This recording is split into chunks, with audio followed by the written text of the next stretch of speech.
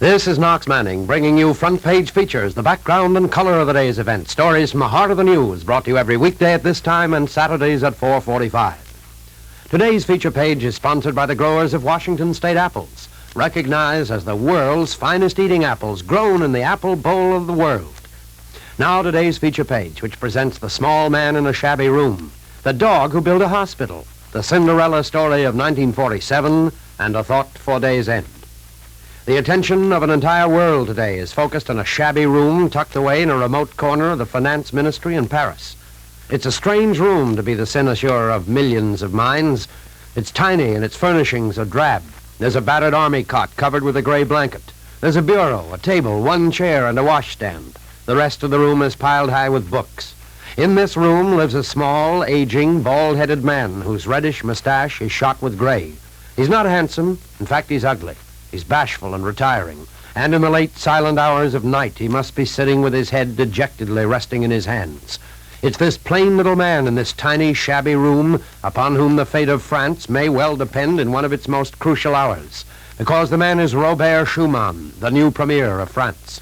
Schumann's presence in this tiny room is, in a way, symbolic of the multiplying troubles facing his nation. The new premier is a wealthy man, but in France, as well as in most of Europe, even money can't always overcome the frightful shortage of housing.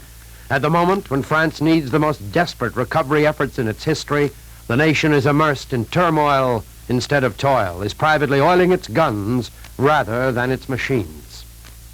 It's small wonder that small, unprepossessing Robert Schumann, after a long and troubled day at his official desk, may be sitting in his small room, his head in his hands. Schumann will try hard. His record shows that.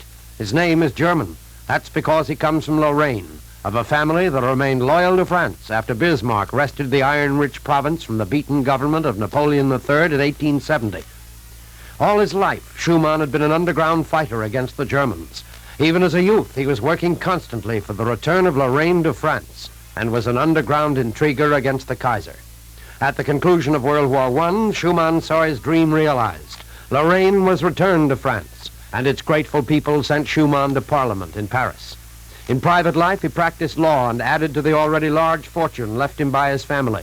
The death of his wife caused him to plunge into politics, also to adopt his only known hobby, the collection of rare and expensive books.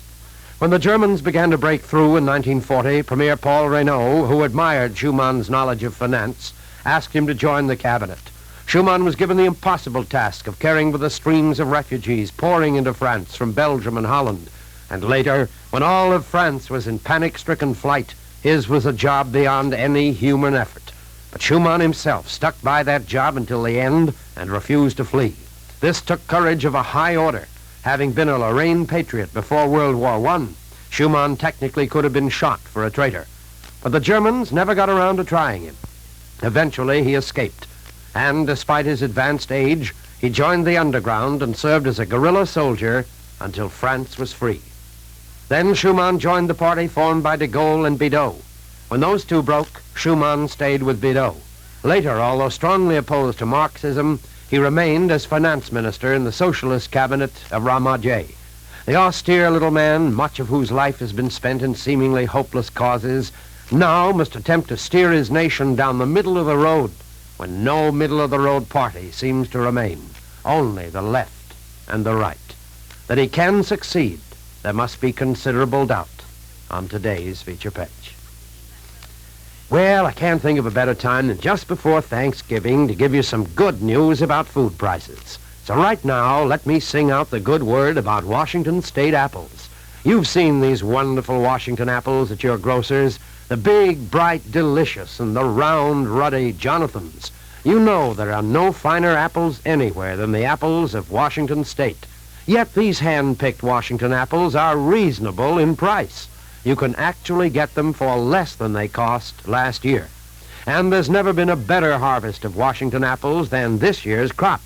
Beneath tender skin, their clean white meat is firm and full of flavor, rich in tangy juice.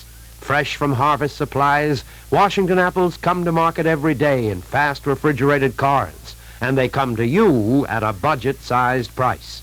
So take home lots of them. Heap them high in a bowl and put them in your icebox. Then serve them when they're well chilled, crisp and crackling, for the best apple eating in the world. Next, The Dog Who Built a Hospital. The day that Tempo died was one of the saddest in the history of swing music. When the word got around, there was moisture in the eyes of jive musicians from coast to coast, from the Three Deuces on New York's 52nd Street to Billy Berg's on Hollywood's Vine. All agreed with sad shakes of the head that somehow the game just wouldn't seem the same without Tempo. He was around two of the nation's most famous bands for 11 years. Every music man knew him, and thousands of swing fans, too. In fact, Tempo was downright famous. And as all agreed the day he died, if a dog's life was what he had, then it was a good one. Tempo first was introduced to the world of music 11 years ago, a squirming, friendly little black pup. He was introduced by Lionel Hampton, who at the time was playing the vibra harp with Benny Goodman's quintet, along with Gene Krupa, Teddy Wilson, and Harry James. And Tempo, Hampton tells you, and according to United Press correspondent Eileen Mosby, he'll tell you for hours, Tempo brought them all good luck. The minute Tempo arrived, fortune seemed to come with him. It's no wonder that Goodman's band became downright superstitious about the pooch. They loved him, too, because he was a music lover. Or as Hampton tells it reverently, yes, Tempo show was. We'd jam in the dressing room after shows. Tempo would sit there quiet as anything. Most dogs howl at music, but Tempo just sort of opened his mouth just like he was smiling. Probably no dog ever was more pampered than this small black Scotty. Mrs. Hampton was the only wife allowed to travel with Goodman's band. That's so she could mind the dog. And no matter if the band's travel was by train, plane, or ship, Tempo always was smuggled aboard. Along about 1940, Hampton quit Goodman and formed his own band. Every performance he played, Tempo was there. Hampton's luck kept going up and up. So maybe it's no wonder Tempo had a special bed and expensive sweaters and the top cuts of dog biscuits. He even got mail from Hampton fans. This fame reached such proportions that when Tempo reached his 10th anniversary, Hampton threw a birthday party for him in San Francisco. Every musician and disc jockey in town was on hand to pay his respects and bring a gift. It was for that event that Hampton composed one of his most successful songs. It's titled Tempo's Birthday. A couple of months ago, Hampton came to Hollywood to play in a picture. Tempo was sent to the Hampton home in New York. One day, a broken-hearted housekeeper phoned that Tempo had died of a heart attack as he was being rushed by ambulance to a hospital. As Hampton says sadly, he traveled around and heard so much jive, I guess the excitement just got his heart. Well, the funeral of this little black Scotty was quite an event. Every big name in the music business sent flowers, and he was buried in the famous Pet Cemetery near Yonkers, New York. Well, as we said, there were sniffles from coast to coast the day Tempo died, but that isn't the end. Hampton has decided the music world shouldn't forget Tempo, so he's building the dog a monument. It'll be a clinic in a Hollywood pet hospital. It'll be for folks who can't afford high-priced animal doctors. In this clinics, pets will be cared for free. The clinic will be supported by the money Hampton makes from records of the tune he wrote in the dog's honor, Tempo's Birthday. His band and a few others will toss benefits for Tempo's clinic once a year. There'll be a plaque on the wall, too. It'll read, "In memory of Tempo, the swing world's mascot. He led a dog's life, and it was a good one." It's a sentiment we think most fitting on today's feature page. Now, the Cinderella Story of 1947. The most popular fairy story ever written is that of Cinderella. Maybe this classic story of rags to riches, of obscurity to fame overnight, has retained its centuries of popularity because, unlike most fairy stories, it occasionally comes true. Not often, of course, but often enough to keep dreams alive in the breasts of millions of girls who hope that someday they'll be the one to meet the Prince Charming, to suddenly acquire the gilded coach. You've seen the story told 1,000 times, of course. It's the entertainment world's oldest and most surefire plot. Obscure young actress, preferably an understudy, steps into star's role, is a smash success, and overnight wins fame, fortune, her name in lights, and, of course, the boy. And to repeat, in show business, this plot occasionally comes to life. There was the time when an unknown young actress appeared in a play called Dear Brutus, and overnight electrified Broadway. Her name was Helen Hayes. Another unknown once became nationally famous after her first appearance in a play called Rainbow. That girl's name was Ruth Chatterton. Yes, it happens occasionally. And the other night, it happened again. Broadway's jaded critics and the usual first-night audience were on hand to attend the opening of a comedy titled For Love or Money. Advance notices had told them it was a comedy, and the author's name, F. Hugh Herbert, was a guarantee that the play would be cleverly fashioned, but nothing especially significant. The usual patter of rather bored applause sounded as the curtain went up. Then, as one person, the spectators were jerked to the edge of their seats. Onto the stage rushed a hysterical girl, barefooted, dripping wet, in blue jeans and an old shirt. From that opening entrance down to the closing scene, the audience couldn't take its eyes off that girl. Ordinarily, it would have been a difficult but not too spectacular part, but this girl invested it with that magic spark, that personality that came right out over the footlights, that combination of stardust and of fire that marks a truly great and inspired performance. Excitement in the theater mounted. The final curtain, and the audience went wild. Usually cynical critics rushed to their typewriters to pour out glowing accolades at white heat. The next day, that girl in her first Broadway role was the talk of theatrical circles from coast to coast. Her name went up in lights. National magazines rushed photographers to take pictures, reporters to get stories. She was famous. Her name, June Lockhart. Yes, hers is the story of Cinderella come to life once again. Of course, there are a few differences. June Lockhart wasn't discovered in a grimy chimney corner. Her life has been spent in a very luxurious Beverly Hills home. She's attended the best schools. She wasn't born in a theater trunk, or if she was, it would have been satin-lined. Because her father, that grand guy, Gene Lockhart, and her actress mother, Kathleen Lockhart, always have been very successful and highly paid performers. But quite naturally, June Lockhart has wanted to be an actress ever since she can remember. When she graduated from Los Angeles exclusive Westlake School for Girls, she still returned to help them out with the school plays.